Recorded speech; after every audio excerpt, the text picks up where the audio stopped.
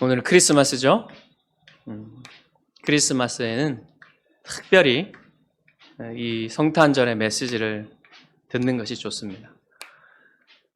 이 성탄절의 메시지를 여러분 하도 자주 들어가지고 매년 들으니까 그것이 그거 같고 이런 느낌으로 또는 그런 그 생각으로 이 성탄절 메시지를 받는 게 익숙하실 거예요.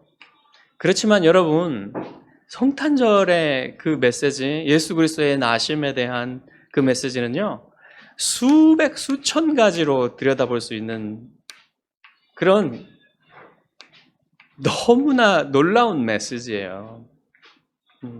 그렇기 때문에 늘 새롭게 봐도 여러분 좋습니다. 그래서 여러분, 그 복음서의 기자들이 이제 예수님의 나심에 대해서 요한과 누가와 마태가 다 다르게 기록을 했어요. 각각의 관점을 가지고. 사도 요한은 처음부터 이제 1장 1절부터 들어갈 때 예수님의 신성에 초점을 맞추어서 계시를 했습니다.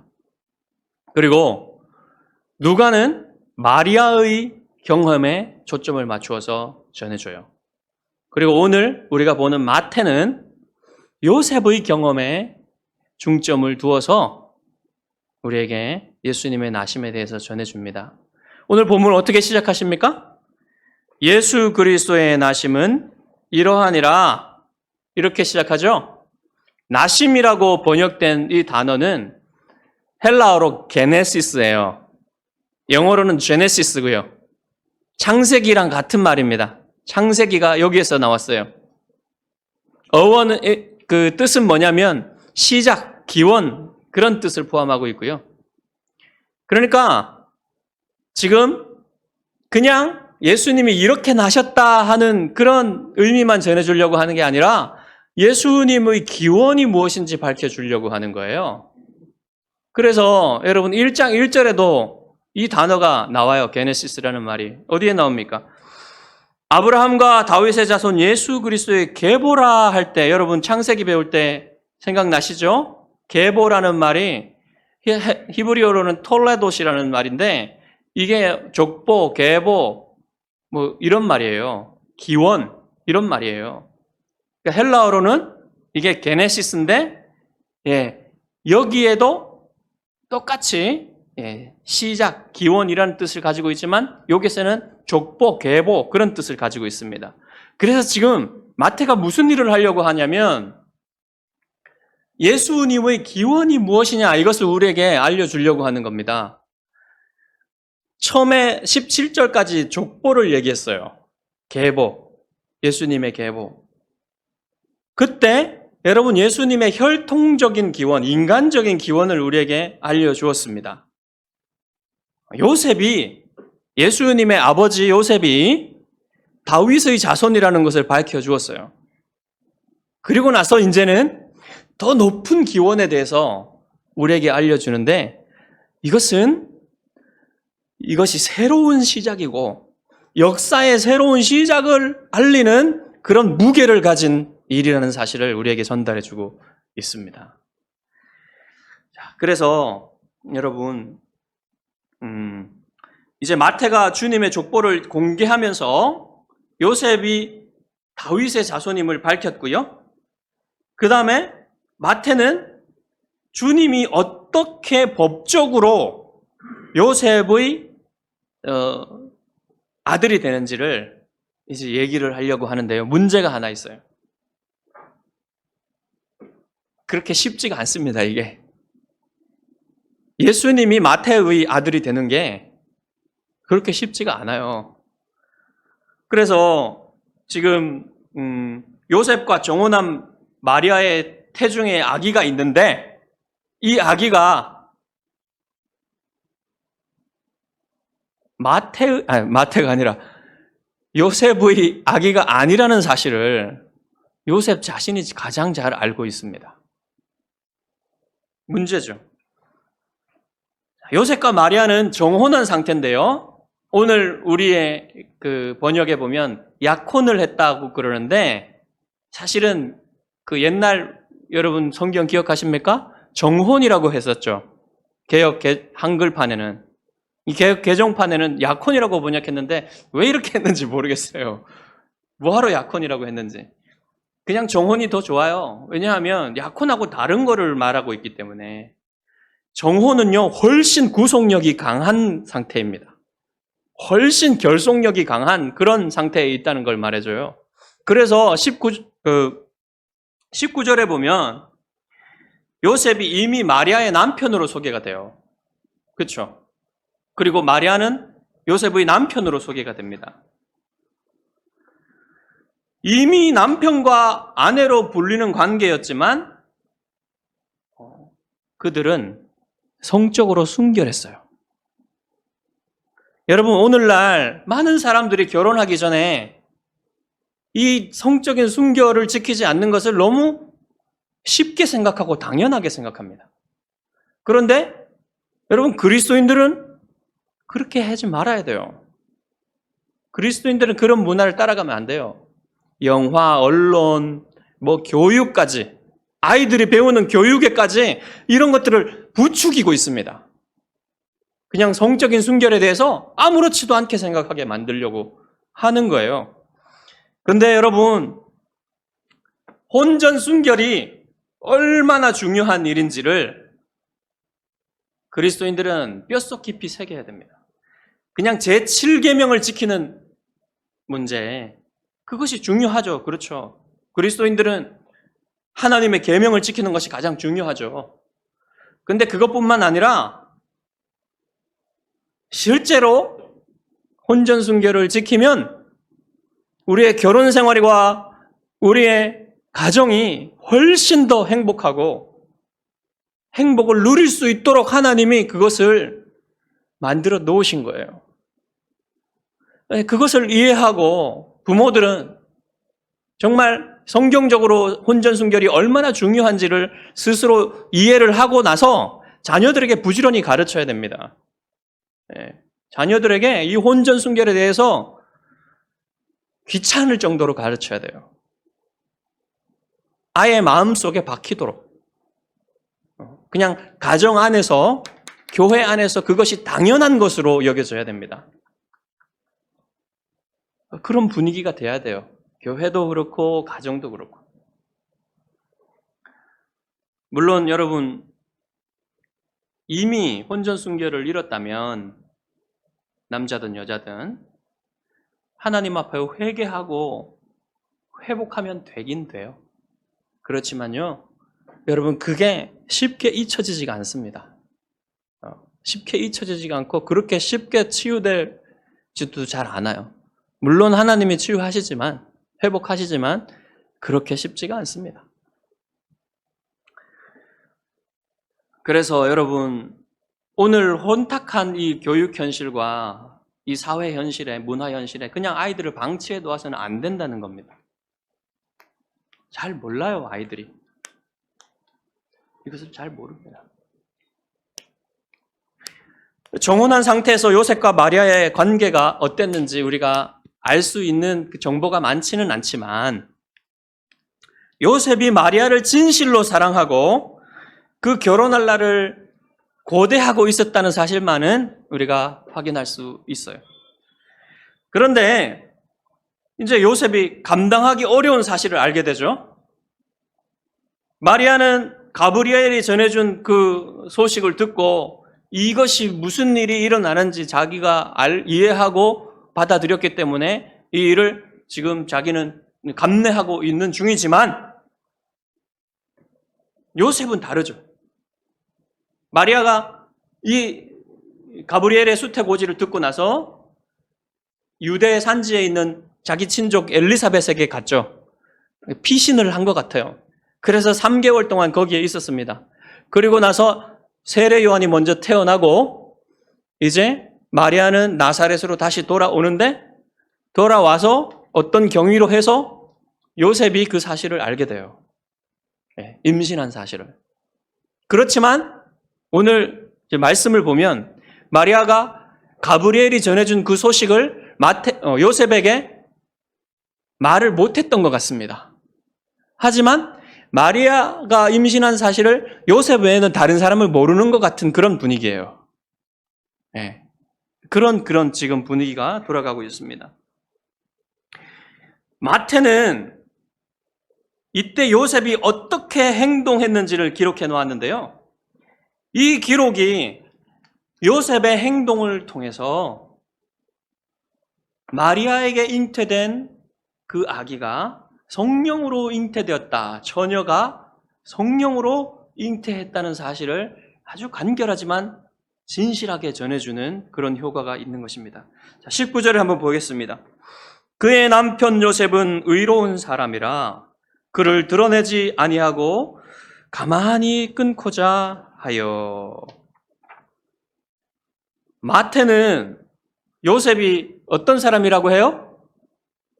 의로운 사람이라 하죠. 의로운 사람이라는 것은 올바르게 행동하는 사람이라는 뜻이겠죠. 그러면 올바르게 행동하는 사람이라는 말이 어떤 말입니까? 성경적으로 올바르게 행동한다, 의롭다는 것은 희생적인 사랑을 포함해요. 성경적인 의로움은 하나님 사랑과 이웃 사랑이 만나는 것이에요. 자, 그래서 요셉을 보면요, 진실하고 자비롭고 또 희생적인 면모를 보여줍니다. 요셉은 하나님을 경외하는 동시에 진실로 마리아도 사랑했어요. 지금 이 상황은 보세요, 여러분. 여러분이라면 어떻겠습니까? 정혼한 아내가 그렇게 됐다면 미쳐버릴 것 같죠. 분노로 눈이 뒤집힐 것 같죠. 그래서 요셉이 얼마든지 뭔가 이렇게 분노 가운데 어떤 막 이성이 마비된 그런 가운데 마리아를 공개적으로 고발해가지고 어떻게 할 수도 있었을 거예요. 그런데 그런 일이 일어나지 않았죠. 요셉은 마리아가 공개적으로 망신당하는 것을 원하지 않았습니다. 이 파혼을 하게 되면 마리아가 얼마나 어려운 삶을 살게 될 것인가를 알지만, 그러니까 마리아를 지켜주고 싶었지만 이 상태로는 하나님의 앞에서, 하나님의 율법 앞에서 요셉도 마리아를 아내로 데려올 수가 없는 거예요. 이렇게는 부부가 될 수 없는 겁니다.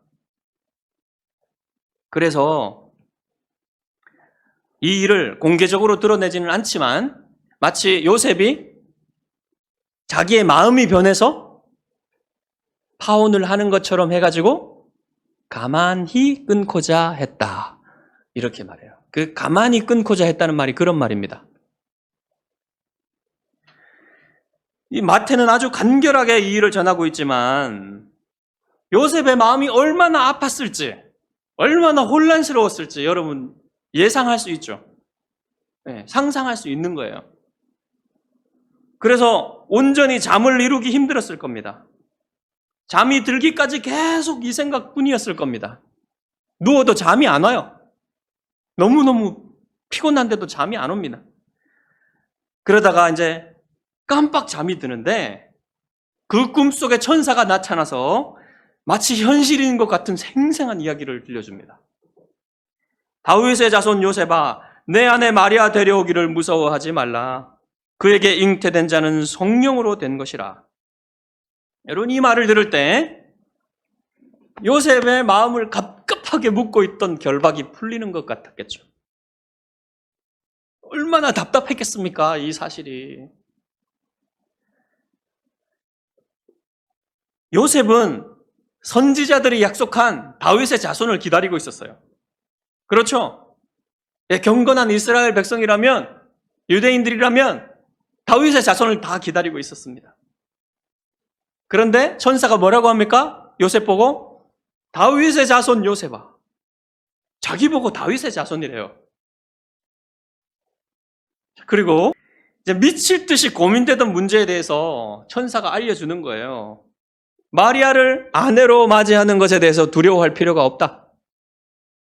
왜냐하면 마리아의 태중에 잉태된 아기는 성령으로 잉태된 것이기 때문에 요셉은 천사의 말을 믿었습니다. 역사상 한 번도 일어난 일이 없는 일이지만 성령께서 믿을 수 있게 하신 거예요. 누구도 할 수 없는 일은 하나님은 하실 수 있다고 믿은 겁니다. 그 옛날 아기를 낳을 수 없게 된 아브라함과 사라가 이삭을 가질 수 있었던 기적, 홍해를 가르신 전지전능한 하나님께서 이제 성령님을 통해서 마리아의 태중에 아기를 잉태케 하셨다. 이것을 믿게 하셨다는 거예요. 믿었단 말입니다. 여러분, 한 가지 짚고 넘어가야 될 사실은 뭐냐면 둘 다 기적이에요. 자, 사라가 이삭을 잉태한 것이나 마리아가 예수님을 잉태한 것이나 둘 다 기적이지만 다른 게 있습니다. 분명히 기적이지만 결국 이삭이 태어난 것은 이삭은 아브라함의 씨예요. 그러니까 생물학적으로 아브라함이 이삭의 아버지인 거예요. 그렇지만 예수님은 생물학적인 아버지가 없다는 겁니다. 생물학적으로, 혈통상으로 마리아의 아들인 거예요. 그러나 아버지는 없는 그런 기적이란 말입니다. 그러니까 이런 거는 역사상 한 번도 없고 오직 예수님에게만 독특한 겁니다. 그런 차이를 여러분 아셔야 됩니다. 여러분, 어떤 면에서 믿음은요, 아주 단순한 거예요. 이렇게 하나님의 말씀이 들려지면 그냥 믿는 겁니다. 그게 믿음이에요, 여러분. 여러분, 성육신에 관한 것, 지금 오늘 우리가 얘기하고 있는 성육신에 관한 것, 그리고 예수님이 하나님이시고 인간이신 것, 그리고 예수님의 죽음과 부활, 예수님의 재림, 삼위일체, 이거 여러분 들으면 어떻게 이것을 사람의 능력으로 믿을 수 있겠습니까? 성령께서 믿게 하셔야 믿을 수 있는 겁니다. 단순하게 믿게 하시는 거예요. 이것이 들려오시면. 그 일이 일어나는 거예요. 하지만 이것을 믿고 나서 이 교리들을, 이 진리들을 깊이 이해하는 문제는 또 다른 문제이지만 단순히 이 진리들을 듣고 믿는 것은 아주 단순한 문제란 말입니다. 성령께서 딱 믿게 하시는 문제란 말입니다. 그것이 한순간에 일어날 수 있어요. 왜냐하면 성령님이 하시는 일이기 때문에. 여러분에게도 그 일이 일어난다는 겁니다. 이제 요셉이 잠을 잘 수가 없었겠죠. 그런데 이제 잠을 잘 수가 있게 됐겠죠. 이 얘기를 들으니까 이제 잠이 오는 겁니다. 마리아를 아내로 맞이할 수 있다는 생각과 지금 놀라운 일들이 일어나고 있다는 그런 생각에 가슴이 막 두근두근 뛰었겠지만 그래도 엄청난 고민 가운데 휩싸였던 그런 고민이 풀리니까 스르륵 잠이 올 수도 있는 겁니다. 그런데 아직 천사의 말이 끝나지 않았어요. 이렇게 말합니다. 천사가 계속해서. 아들을 낳으리니 이름을 예수라 하라. 그는 그가 자기 백성을 그들의 죄에서 구원할 자이심이라 하니라.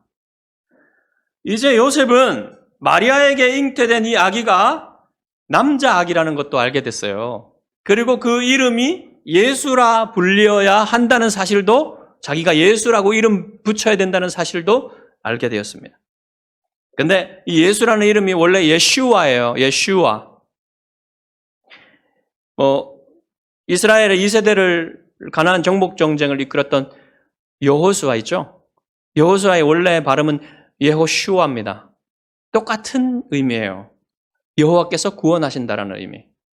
이제 이 아이의 이름이 예슈아, 여호와께서 구원하신다라는 의미도 알게 됐어요.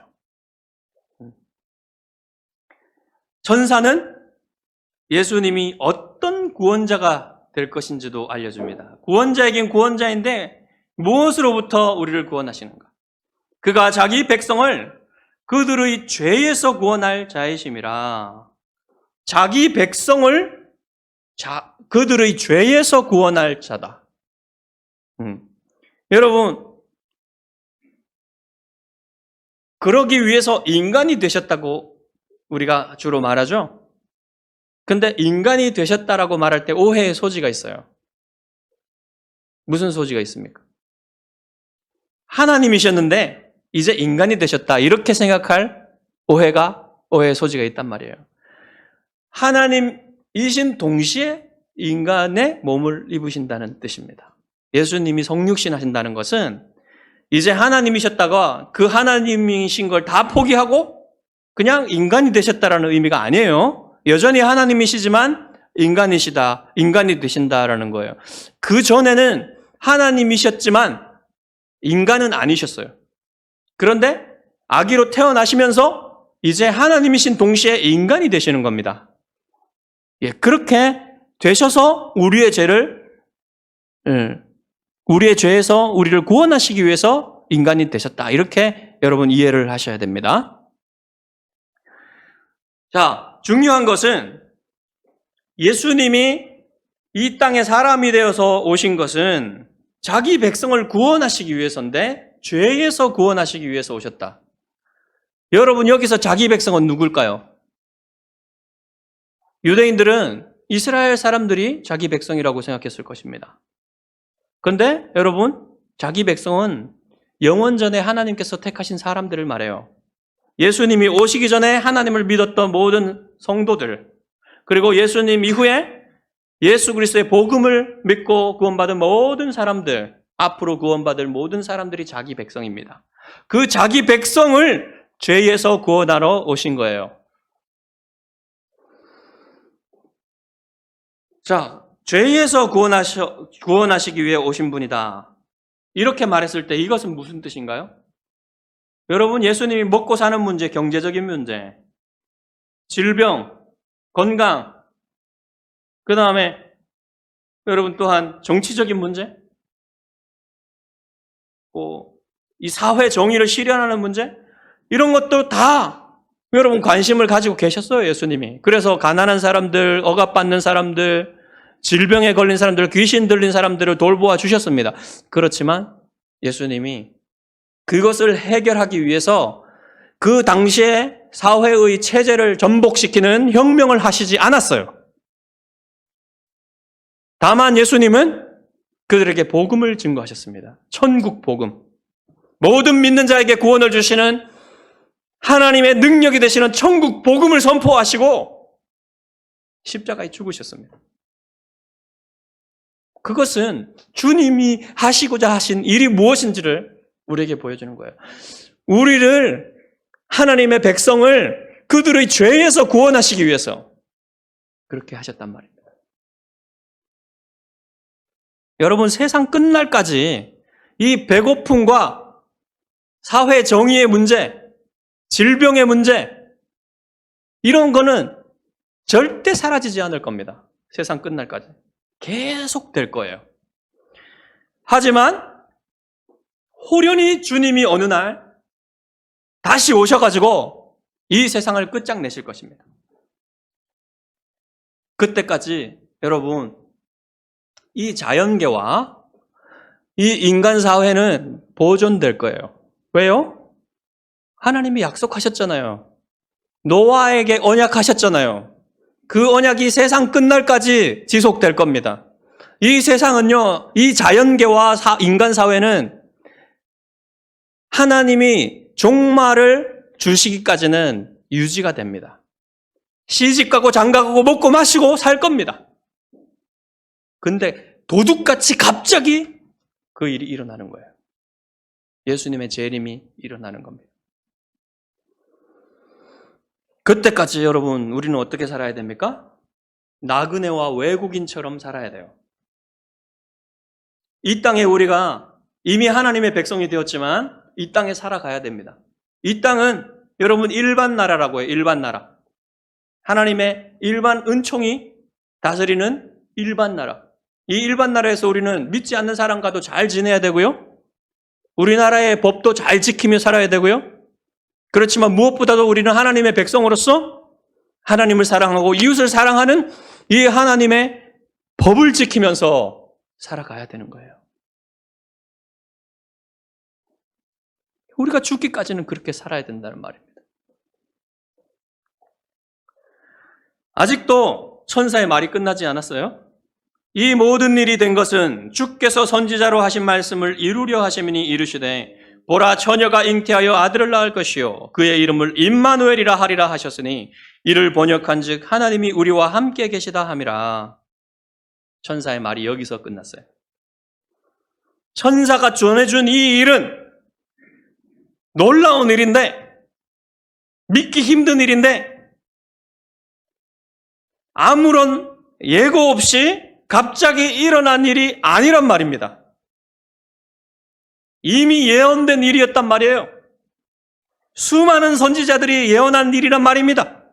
그런데 그 중에 그 수많은 선지자들의 예언 중에 천사가 딱 집어서 말한 예언이 있습니다. 그게 누구의 예언이냐면 이사야의 예언이에요. 보라 처녀가 잉태하여 아들을 낳을 것이요 그의 이름을 임마누엘이라 하리라. 이사야 선지자의 예언은 지금 요셉의 상황에 딱 맞는 예언이에요. 어떻게 처녀가 잉태하여 아들을 낳을 수 있는가? 이사야 선지자가 이미 예언했어요. 하나님이 이 일을 하실 것이라고. 그랬기 때문에 일어나는 일이라 이렇게 천사가 얘기해 주는 겁니다. 들을수록 놀라운 얘기죠.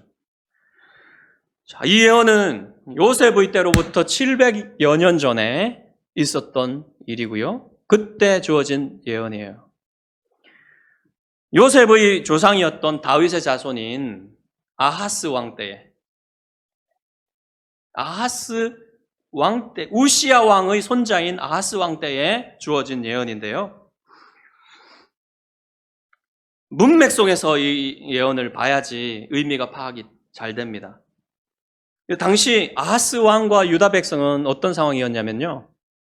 이제 북이스라엘의 베가 왕과 그 위에 또 아람 왕, 다메섹, 아람 왕 르신이라는 왕이 동맹을 맺어가지고 유다를 무너뜨리려고 쳐들어왔어요.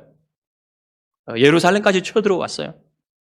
그런 상황에서 예루살렘을 쳤지만 아직은 점령하지 못하고 함락시키지 못하는 그런 상황에서 유다 백성과 아하스 왕은 두려움에 떨고 있습니다. 그 상황에서 하나님이 너는 너 아들과 가가지고 아하스 왕을 만나서 그에게 내 말을 전하라. 뭐냐 하면 내가 함께하여서 너희와 함께하여서 그들이 르신과 베가가 예루살렘을 함락시키고 자기들이 원하는 왕을 세워서 자기 입맛에 따라서 유다를 다스리고 이렇게 계획을 세웠지만 그들의 계획은 성공하지 못할 것이고 65년 안에 북이스라엘은 망할 것이고 너희가 내가 전하는 이 말을 믿지 않으면 너희들이 견고하게 설 수 없을 것이다. 이 말을 전하라고 했어요. 이것을 전하니까 아하스 왕이 믿지를 않습니다. 아하스 왕은 유다 왕들 중에 두 번째로 악한 왕이에요. 자기 자식을, 자기 아들을 우상에게 태워서 죽인 아들, 그런 왕입니다. 여호와를 의지하지도 믿지도 않는 왕이에요. 그래서 이것을 안 믿으니까 이사야 선지자가 이제 여호와의 뜻을 다시 한번 아하스 왕에게 전하는데 이렇게 말합니다. 나는 내 하나님 여호와께 너는 내 하나님 여호와께 아하스 왕이여 당신은 여호와께 한 징조를 구하되 깊은 데에서든지 높은 데에서든지 구하십시오. 하나님이 하신 말씀을 믿을 수 있도록 징조를 구해보란 말입니다. 그런데 아하스 왕은 그럴 생각이 전혀 없어요. 징조를 구할 생각이 전혀 없어요. 그래서 하나도 안 믿지만 그냥 경건한 말을 합니다. 거칠애로. 뭐라고 하냐면 나는 구하지 아니하겠나이다. 나는 여호와를 시험하지 아니하겠나이다. 예, 맞죠. 여호와를 시험하면 안 돼요. 그건 맞는 말입니다. 그렇지만 하나님이 구하라고 했는데 자신이 마치 그 하나님 말씀보다 더 그 경건한 양? 속으로는 믿지도 않으면서 거짓말하는 것은 더 악한 거예요. 이런 식으로 아하스가 악함을 드러내고 있는데 그런 상황에서 이 예언이 선포되는 겁니다. 지금 우리가 읽었던 예언. 그러므로 주께서 친히 징조를 너희에게 주실 것이라. 보라, 처녀가 잉태하여 아들을 낳을 것이요 그의 이름을 임마누엘이라 하리라. 여러분, 이 말이 무슨 말인지 알겠습니까? 이거 듣는 사람은 무슨 말인지 몰라요, 이게. 뭐 이 말이 무슨 말인지 문자적으로 이해는 할 수 있지만 이런 게 어떻게 이런 일이 하여튼 이해가 되지 않는 말입니다. 그래서 여러분, 예수님 시대에 와서 이 예언에 주목한 사람이 없어요. 무슨 뜻인지도 모르고요. 이게 어떻게 일어날지도 모르고요. 그런데 하나님이 이것을 징조로 보여주시겠다. 이렇게 말한 것입니다. 여러분, 아하스는요, 하나님의 말씀보다는 자기 눈에 보이는 힘을 의지하고자 했어요. 자기 눈에 보이는 힘이 무엇입니까? 아수르 제국, 아시리아 제국. 가장 강대했던 그때. 그 아시리아 제국의 왕에게 가서 이놈들 좀 처치해 주십시오. 돈 드릴 테니까. 이렇게 해결할 생각이었어요. 그래서 지금 이사야가 전해주는 이 하나님의 함께 하시겠다는 약속, 이것은 아무 상관이 없었습니다. 아하스랑. 그런데 하나님이 이 예언을 주신 거예요. 이 징조를 주신 거예요. 이 징조를 보여주시겠다고 하신 거예요. 그런데 여러분 보십시오. 그래가지고 어떻게 됐습니까? 결국 여러분 예언대로 북이스라엘은 베가 다음 왕이 호세아 왕인데 마지막 북이스라엘 왕, 그때 여러분 북이스라엘이 망했어요. 722년에 기원전 아수르에게 망했습니다. 그리고 나서 한 130여 년이 그리고 나서 유다도 바벨론에게 망합니다. 느부갓네살 왕은. 자, 그런 상황에서 이 예언을 주셨다는 것은 무슨 의미입니까? 하나님이 자기 백성을 구원하시는 것은요, 사람의 노력이나 믿음에 달리지 않았다는 것을 보여주는 거예요. 전혀 믿지 않는데도, 전혀 하나님을 의지하지 않는데도, 이렇게 악하고 불의하고 불경건하게 사는데도 하나님이 징조를 주시는 겁니다. 이게 놀라운 일이에요.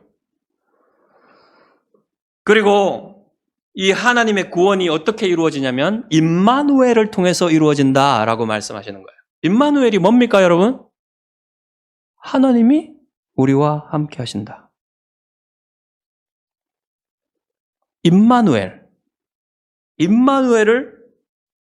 여러분, 임마누엘은 처녀가 잉태하여 낳은 아들이 임마누엘인데 그 임마누엘이 하나님이 우리와 함께 하신다는 거예요. 그를 통해서 우리가 구원을 받게 하시겠다는 거죠. 우리가 구원받는 유일한 길이 무엇이냐면 임마누엘을 믿는 거예요. 요셉에게 전한 이 천사의 메시지는 바로 지금 700여 년 전에 보여주시겠다고 하신 그 징조가 지금 마리아의 뱃속에 있다는 겁니다. 여러분, 천사가 전해준 말이 그 말이에요. 아하스 왕과는 달리, 자기의 조상이었던 아하스 왕과는 달리 요셉은 하나님의 이 메시지를, 천사의 메시지를 믿었습니다. 믿고 처녀가 잉태하여 아들을 낳을 것이라는 이 믿기 어려운 그 말을 받아들여서 마리아를 천사의 말대로 아내로 맞아들여요.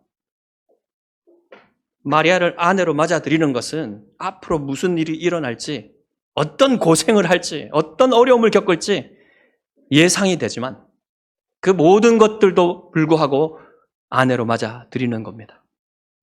믿음으로 그렇게 하는 거예요.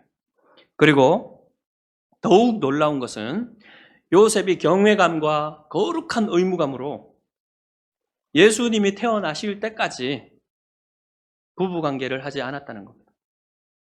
그래서 여러분, 처녀가 잉태하여 아들을 낳을 것이다. 이 말은요, 어느 모로 보나 완전하게 이루어져요. 예수님을 낳을 때까지 어느 모로 보나 마리아는 처녀였습니다. 하나님의 구원 계획의 절정은 이 믿음으로 하나님의 메시지를, 말씀을 받아들이는 평범한 남녀에 의해서 이루어지게 되었습니다.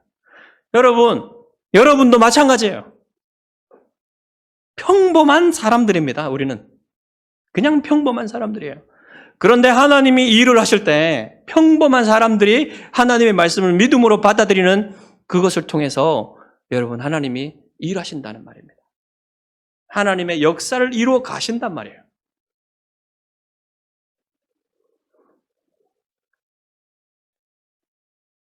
사랑하는 성도 여러분, 기독교의 메시지는요, 사람의 지혜로, 노력으로 믿을 수 있는 게 아니에요.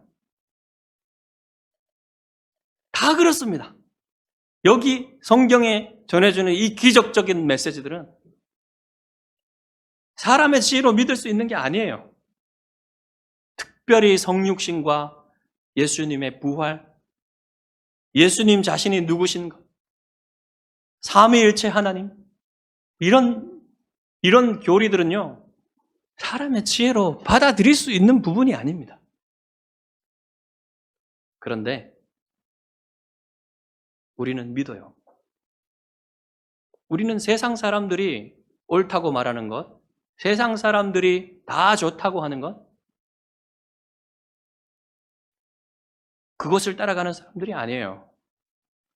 기독교인은 하나님의 말씀을 통해서 성령님께서 우리에게 뜻하시는 것을 따라가는 사람들입니다. 그것을 믿고 의지하는 사람들입니다.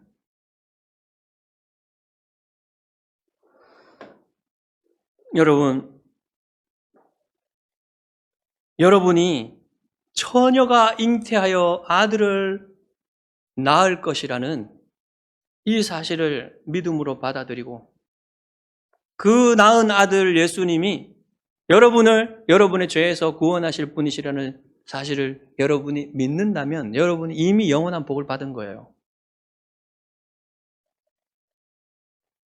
그 믿음은요, 여러분의 지혜로 얻은 게 아닙니다. 성령님이 이미 주셨다는 거예요, 그거를.